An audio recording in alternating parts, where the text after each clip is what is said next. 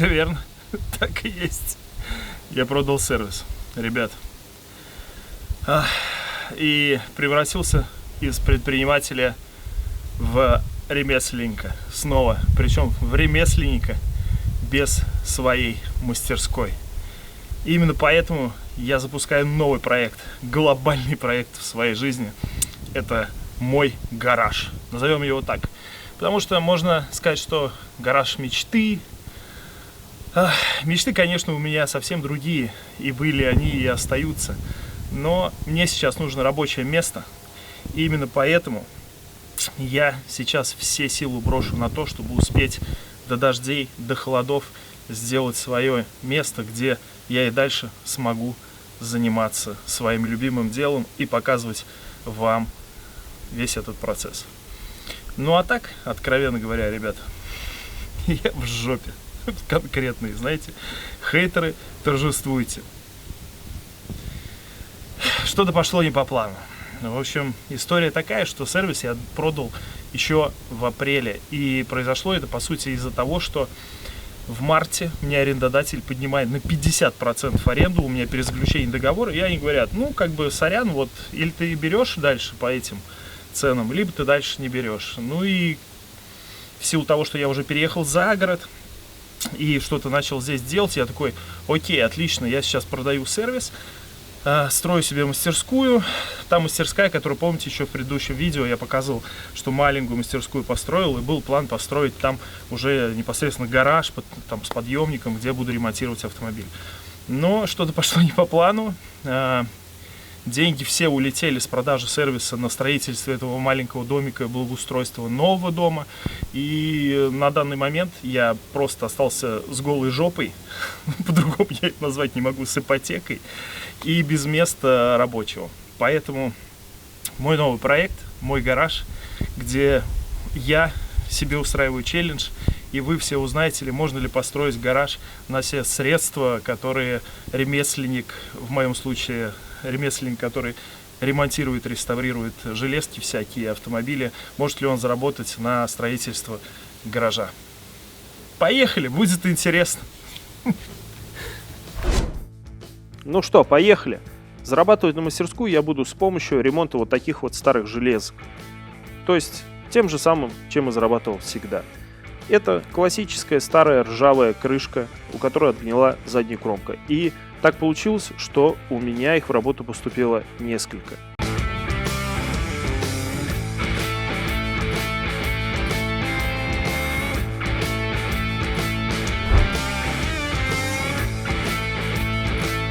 Вот еще одна.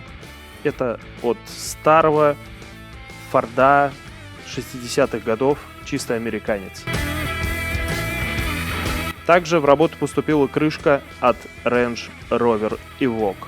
Тоже имеет классическую проблему. Как выяснилось, это у них болячка. Вода попадает в кромку, не выходит оттуда, и крышка начинает гнить. Вернемся к нашей первой крышке. Для ремонта нам потребуется минимальное количество инструмента. Отвертка и упор.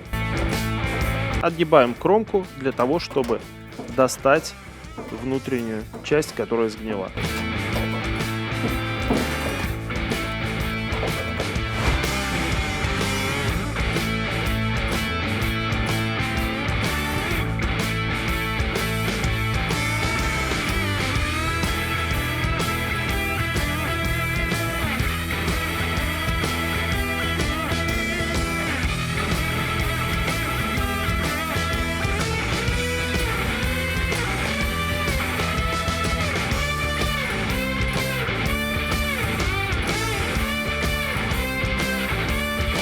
С помощью молотка тоже можно сделать необходимую работу.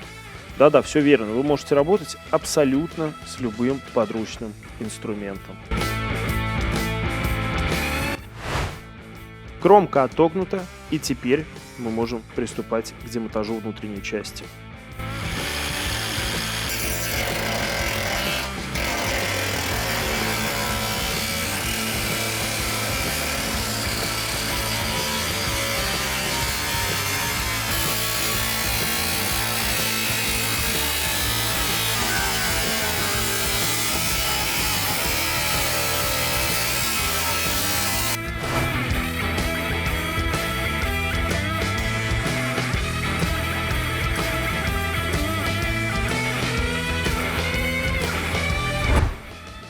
Ну все, готово.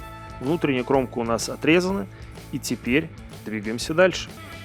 Я вообще не знаю, из какого металла все это сделано, что так сильно ржавеет. Вот, допустим, взять крышку Мерседеса 1979 года, на минуточку, посмотрите просто, какое у нее состояние. Так, ну и раз речь пошла у нас про Мерседес, я до сих пор не пойму, почему он еще не достался одному из вас. Почему вы тормозите? Ребят, я снизил количество билетов с 1500 до 1000, всего 1000 билетов. Ссылка в описании, всего 1000 рублей, и этот Мерс может стать твоим. А пока ты тормозишь, я буду на нем кататься каждый день. И помните, в предыдущем видео я менял на нем масло, но так как тачка долго стояла, я решил еще, наверное, все-таки сделать раскоксовку. И поможет мне в этом Керри. Собственно, процесс очень простой. Прогрели двигатель, выкрутили свечи, выставили поршни в центральное положение, и можно заливать раскоксовку. Раскоксовка Керри имеет плотную стойкую пену, не вредит резиновым деталям, не смешивается с маслом, подходит как для бензиновых, так и для дизельных двигателей. А самое главное, не поднимает краску с поддона. Ждем несколько минут согласно инструкции, и потом можно будет запускать двигатель. И, кстати, раскоксовкой Керри можно также почистить ЕГР, турбины и коллектора. Немного потарахтит, и можно менять масло.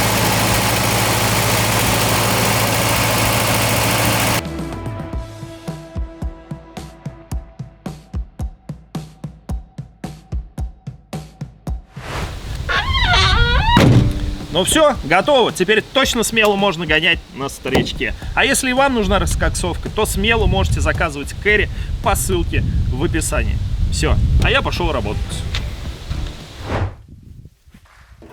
Так как далее я планирую отвести крышку на пескоструйную очистку, необходимо максимально разогнуть кромку, чтобы мастер по пескострую все очень хорошо прочистил внутри. Ну и заодно можно ее отрихтовать. Кстати, собственно, можно это делать абсолютно подручными инструментами с помощью тех же плоскогубц и молотка.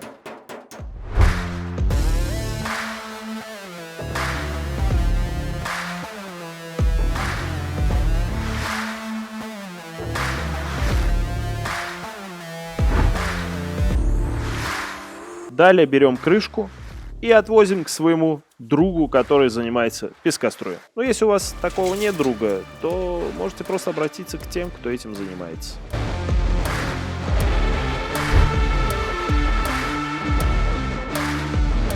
Друг может быть не рад тому, что вы ему привезли, но куда ему деваться? Это дружба, и друзьям нужно помогать.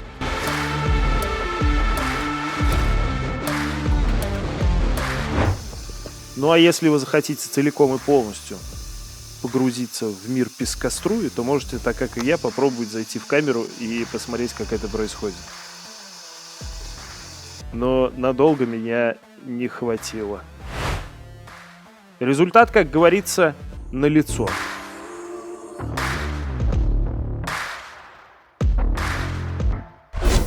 Грунтуем все это дело эпоксидным грунтом, чтобы он не зацвело, потому что после пескоструя металл очень быстро окисляется и зацветет буквально на глазах.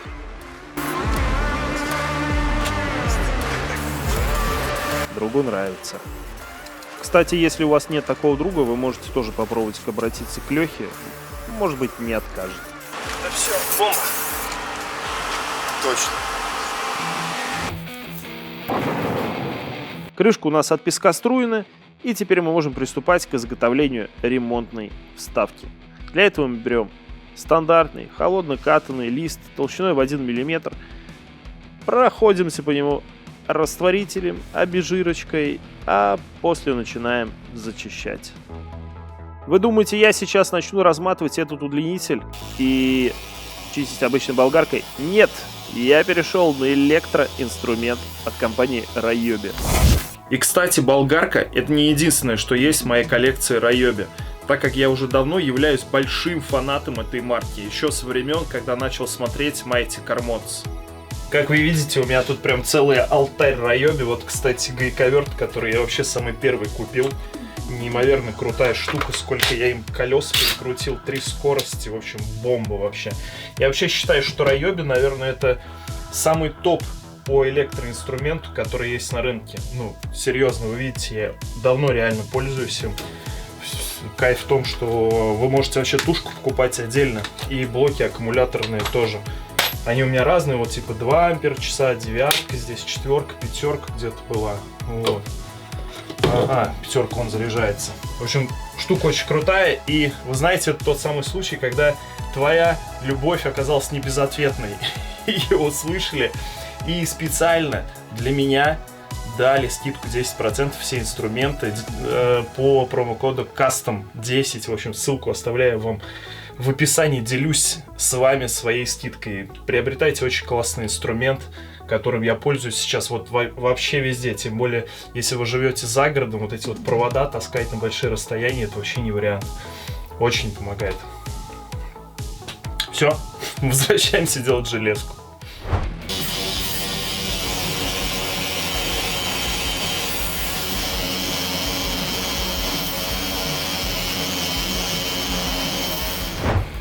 Металл зачищен, и теперь мы можем перенести нашу недостающую деталь на новый металл, сделать подобную ей. И, собственно, чем я сейчас и занимаюсь. Я измеряю размер ремонтной детали и переношу на металл.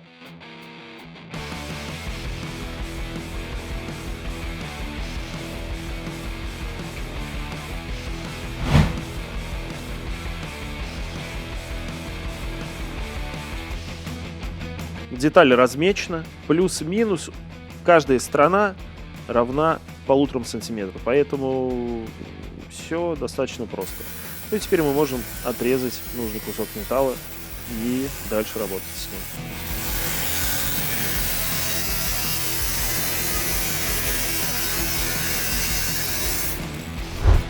Для этого нам будет необходим листогиб. Работы очень простые, загибайте, но не ошибитесь с углом. Кстати, можно загибать в несколько подходов, потому что если загнуть сразу, получится очень острый угол. У нас он плавный, поэтому я это делаю в несколько подходов.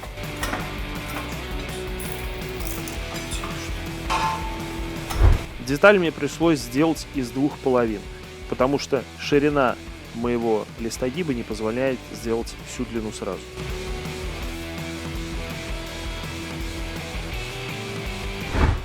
Далее, для того, чтобы подогнать идеально нашу ремонтную деталь к крышке, нужно ей придать радиус.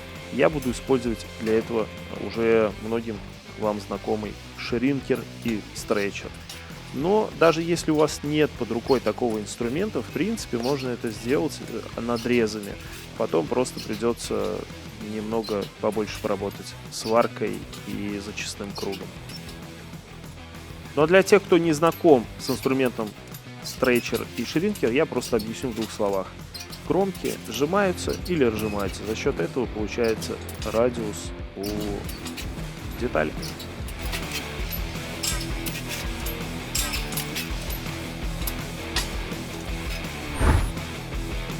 Все, радиусы готовы. Ремонтные вставки практически идеально лежат на своем месте. Теперь их можно сварить между собой.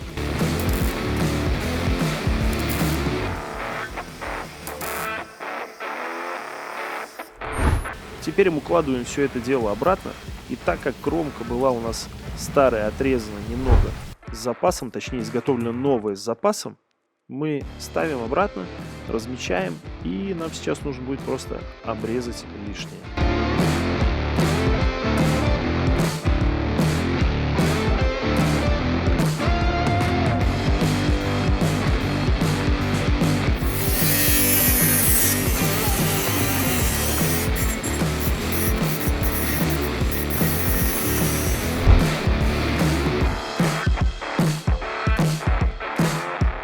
Как говорится, 7 раз отмерь, 1 раз отрежь. Уж поверьте, лучше лишний раз перебдеть, чем недобдеть. Поэтому много раз подгоняем, смотрим, отмеряем, ну и потом только уже будем все отрезать.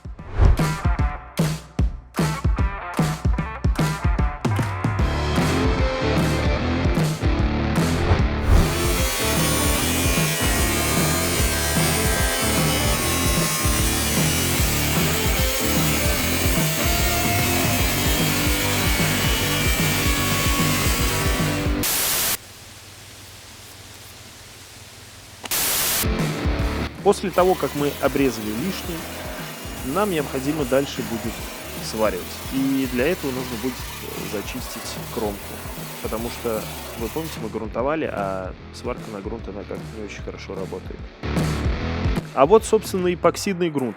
Но и мы будем промазывать сейчас внутреннюю часть, потому что мы потом до нее не достанем, и нужно прям вот качественно и хорошо там все обработать. Это эпоксидный грунт двухкомпонентный, не тот, который мы до этого наносили для защиты из баллончика. Это уже хороший и качественный грунт.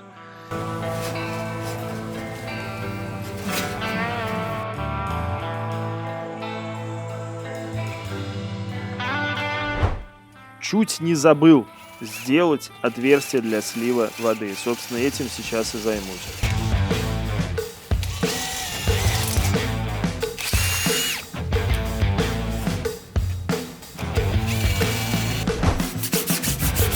Ну все, наша деталь полностью готова. И теперь ее можно тоже будет покрыть эпоксидным грунтом. Вот видите вот этот скотч?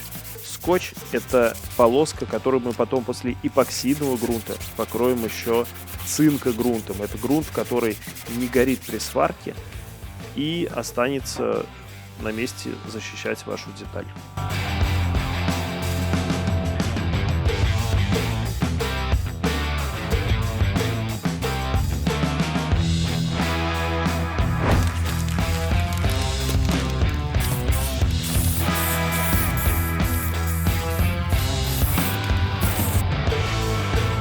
Ставим все это дело на место, и все, теперь можно со спокойной душой уже приступать к сварке.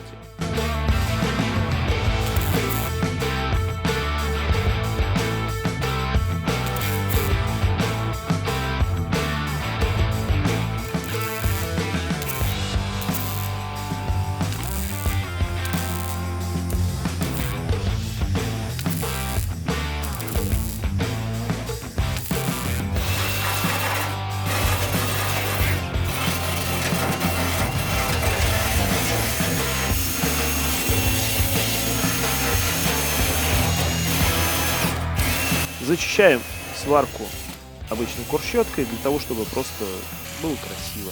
Ну а после приступаем к зачистке уже лепестковым кругом непосредственно самого сварочного шва.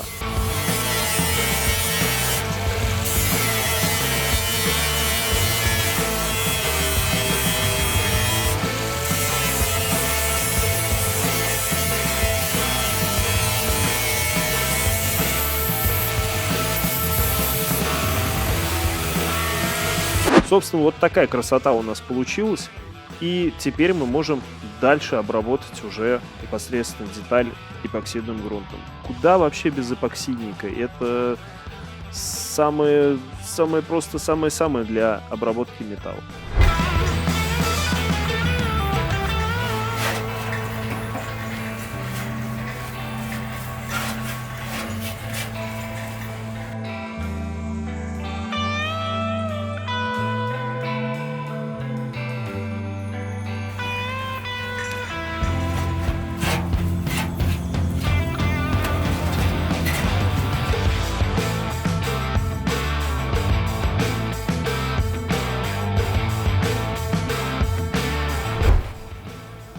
Также не забываем обработать, если вы достаете в ремонтной детали, эпоксидником внутреннюю часть шва, потому что там сильное окисление, и если не обработать, это очень быстро все заржавеет.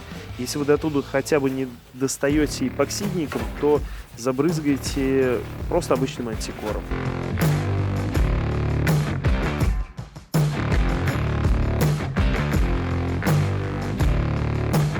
Далее берем обычный шовный герметик и наносим его под завальцовку. Это будет крепкое, надежное, хорошее соединение, которое прослужит вам долгие годы. Ну и после нанесения можем смело приступать непосредственно к самой завальцовке кромки. Достаточно простое, но требующее некой квалификации работа.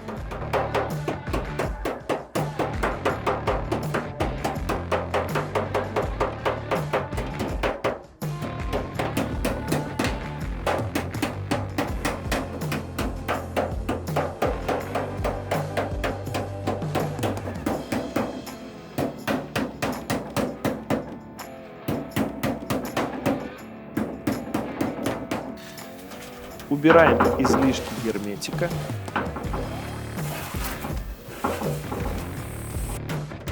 А теперь приступаем к рихтовке кромки.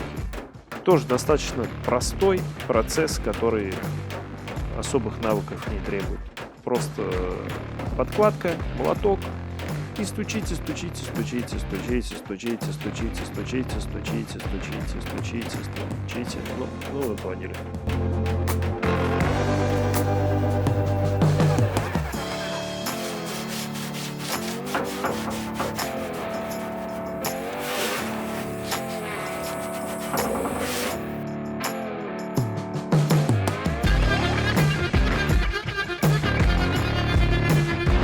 В целом получилось все довольно-таки неплохо. Единственный штрих, который последний, да, у нас остался, это проложить шовным герметиком вот эту как защитный слой, да. Завода здесь его нет, и, кстати, у многих автомобилей его вообще нет. Но в целом это очень хорошо предотвращает, особенно в нижних кромках, от коррозии, поэтому обязательно нужно носить. Для этого берется вот такая бабочка, по-моему, называется, отрезается под нужный размер. И, соответственно, нужно немножко приноровиться, чтобы наносить его. Я, если честно, давно это не делал. Посмотрим, насколько вот у меня по старой памяти, по мышечной, получится сейчас сделать это хорошо. Пробуем.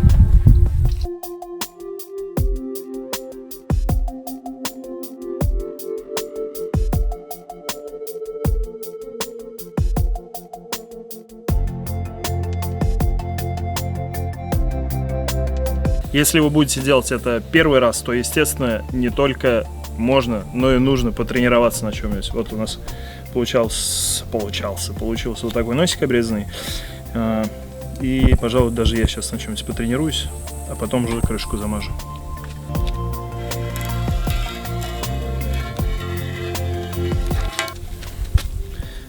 В целом пойдет. Видите, главный момент тут.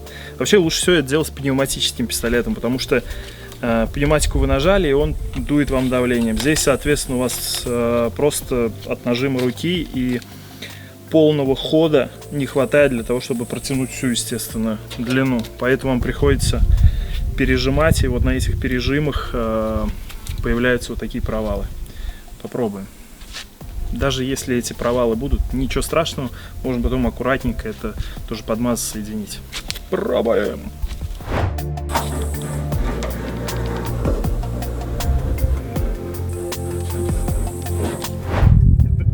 Собственно, о чем я и говорил. Рука тряслась.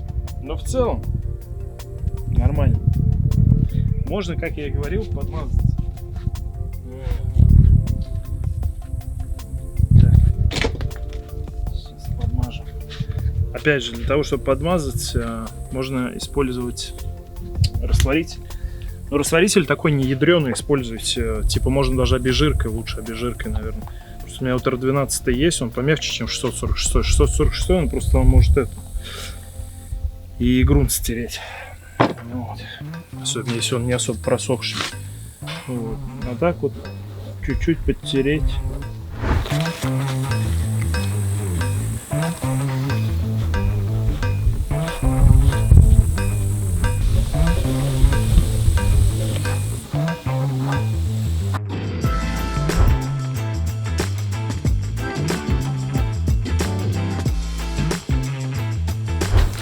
Ну, я бы так сказал, знаете, твердая четверочка, пускай так будет. Не, в целом нормально, хорошо получилось. Вот видите, о чем я говорил, да, о том, что есть вот такие моменты, их чуть-чуть можно подровнять, но если вы чуть-чуть косякнули, не увлекайтесь, потому что помните, что лучшее — это враг хорошего. Вы можете все размазать, и получится полная херня. У меня тоже такое было такое в практике, когда приходится просто, ладно, все, короче, снес, все стер, и все, и заново наносишь. Поэтому если какие-то косячки есть, чуть подправили, и все, остальное, и так все будет отлично. Все, с крышкой закончил, даю малярку, и надеюсь, хозяин крышки, хозяин тачки кайфанет от результата. Ну а мы с вами продолжаем. Кстати, вот проходя мимо Discovery, обратил внимание на заводской шов. Ну, как бы, тогда у меня на 5 получается. Ну, как говорится, сделал дело, гуляй смело, но не в моем случае. Ко мне приехал друг Диман, и сейчас мы с ним будем убирать тот самый уголок бомжа, в котором я все это время работал. Ну и в конце концов, есть же фраза, что можно бесконечно смотреть на три вещи: как горит огонь, как течет вода и как люди работают. Ну, собственно, вот, наслаждайтесь.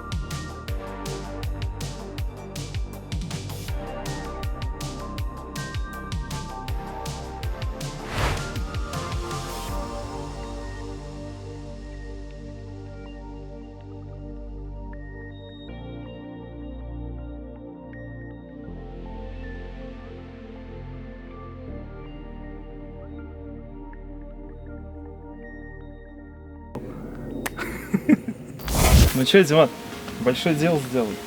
Красавчик от души. Ты же понимаешь, да, что это вклад в твое дальнейшее присутствие здесь? Да? Да. А у Димана крутой патрол, там прокачанный, накачанный. Или еще не сильно? Ну, пока так. Ну вот, видишь, это как раз ты можешь потом позже приезжать, уже когда здесь что-то будет, ты будешь здесь прокачивать. Есть что поделать еще. С пивком. Куда приложить руки. Ну, собственно, приложить, да, руки есть куда к патролу, есть, конечно, куда еще здесь прикладывать. Остался метол. Метол — это, ну, вы сами понимаете, что такое металл, да, это твердая валюта, так сказать. Есть у меня еще вязанка кабеля, вон, алюминиевая лежит. Мне кажется, она капец сколько весит. И я помню видос у Настюхи Туман, когда они с Саньком ездили в компанию, которая принимает металлолом, как раз кабель, они там сразу дробили. Я взял у нее телефон, и я, наверное, туда загоняю. Сейчас деньги капец нужны, потому что я вам чуть позже расскажу, что я хочу как основание сделать, и мне капец как нужен ваш совет. Вот реально. Кто из вас строители, я 100% уверен, есть такие ребята.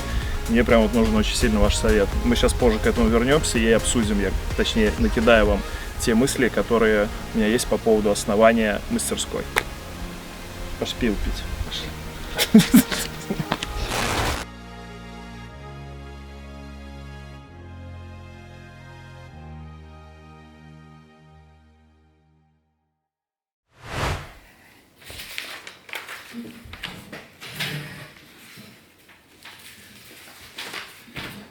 Итак, все мы знаем, что самые ответственные решения, меняющие жизнь и так далее, происходят где? Все верно, на кухне. И мы на ней. Кстати, рум-тур в прошлом видео сказал показать, не рассказать, что-то мало народ написал, поэтому вот он, а не рум-тур. В общем, пишите побольше, тогда в следующем видео покажу. Но что мы, собственно, здесь собрались? Собрались мы здесь обсудить проект «Мой гараж». И выглядеть он будет вот так. Ой, ну что, видите, даже кошечка есть, даже старый Мерин, даже не особо на него похож, но старый Мерин, наверное. В общем, такая небольшая мастерская, гараж, это все, на что я способен финансово на данный момент. Здесь часть навеса, опять же, с перспективой, чтобы зашить, возможно. В общем, как-то так. И важный момент. Соответственно, на сегодняшний день, сделав крышку Range Rover, Форда, который я вам показывал, и у Range Rover я еще арки переварил. В общем, я заработал 110 тысяч рублей. Вот мне на эти 110 тысяч рублей сейчас нужно сделать подготовку. Но подготовку под что? Два варианта, два путя. Это ЖБ-плита, плиты несколько, и, соответственно, плита, бетон заливать. Я понимаю, что заливать бетон — это оверпрайс вообще в сегодняшних реальностях. И я все-таки смотрю пока в сторону ЖБ-плит. Я их даже вот так вот разметил. Вот, то есть участок получается 7, 8, 11. Ну, и здесь коса идет типа 9. Но так как вот здесь только парковочное место, то есть вот 4 плиты можно накидать, а здесь пока ставить или, может быть, часть сюда положить. В общем, надо прикинуть, подумать. И если у вас такой опыт, кто укладывал ЖБ-плиты, как это вообще жизнеспособно, тем более на пучинистых грунтах. И это, кстати, немаловажный момент, потому что мне в любом случае нужно будет делать подготовку, снимать плодородный слой, делать подушку песчаную. Я также хочу дренаж сделать по краям.